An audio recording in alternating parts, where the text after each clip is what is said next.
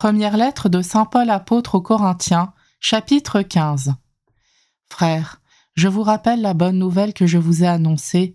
Cet évangile, vous l'avez reçu, c'est en lui que vous tenez bon. C'est par lui que vous serez sauvés si vous le gardez tel que je vous l'ai annoncé. Autrement, c'est pour rien que vous êtes devenus croyants. Avant tout, je vous ai transmis ceci que j'ai moi-même reçu. Le Christ est mort pour nos péchés conformément aux Écritures, et il fut mis au tombeau.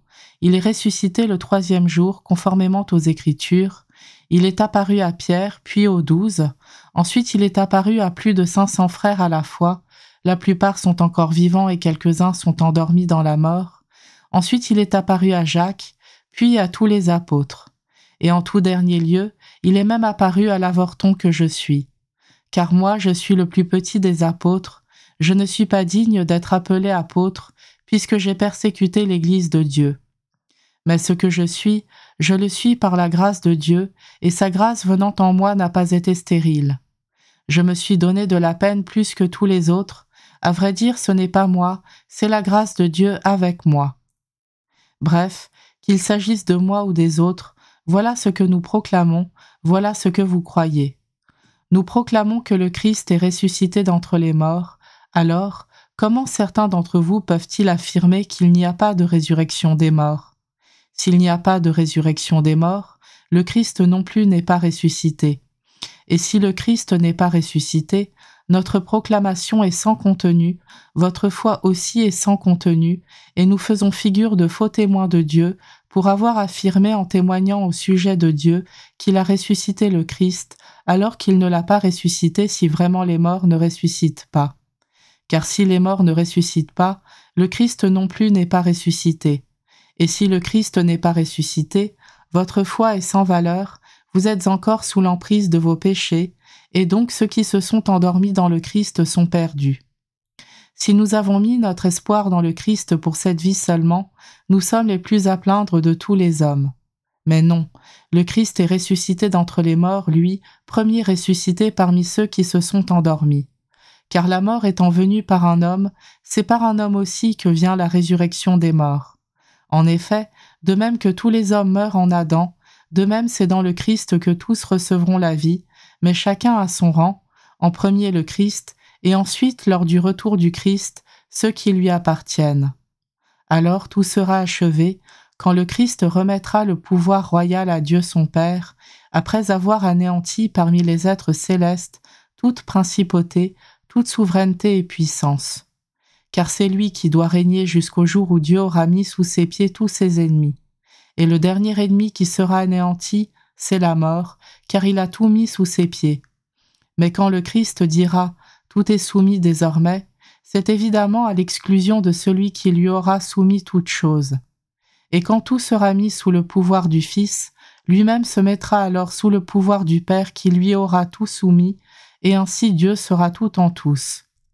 Autrement, que feront-ils ceux qui se font baptiser pour les morts ?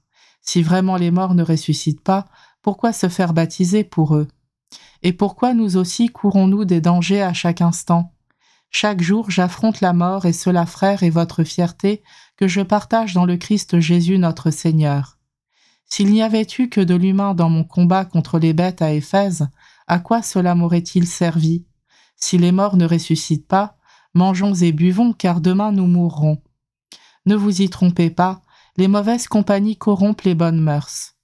Reprenez donc vos esprits et ne péchez pas. En effet, certains d'entre vous n'ont pas la connaissance de Dieu. Je vous le dis à votre honte. Mais quelqu'un pourrait dire, comment les morts ressuscitent-ils ?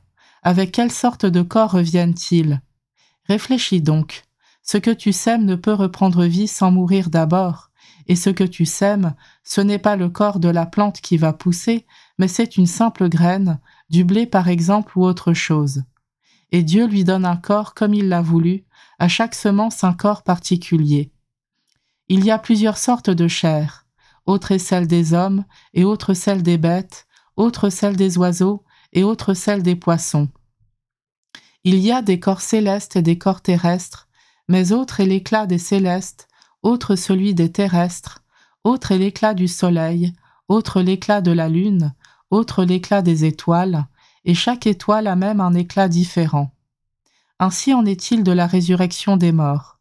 Ce qui est semé périssable ressuscite impérissable, ce qui est semé sans honneur ressuscite dans la gloire, ce qui est semé faible ressuscite dans la puissance, ce qui est semé corps physique ressuscite corps spirituel, car s'il existe un corps physique, il existe aussi un corps spirituel.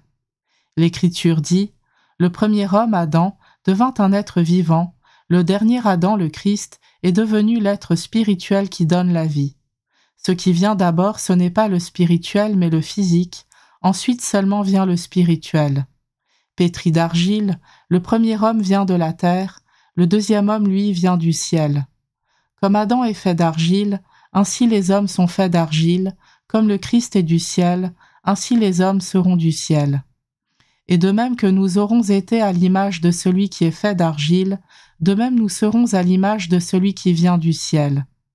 Je le déclare, frères, la chair et le sang sont incapables de recevoir en héritage le royaume de Dieu, et ce qui est périssable ne reçoit pas en héritage ce qui est impérissable. C'est un mystère que je vous annonce, nous ne mourrons pas tous, mais tous nous serons transformés, et cela en un instant, en un clin d'œil, quand à la fin la trompette retentira. Car elle retentira, et les morts ressusciteront, impérissables, et nous serons transformés.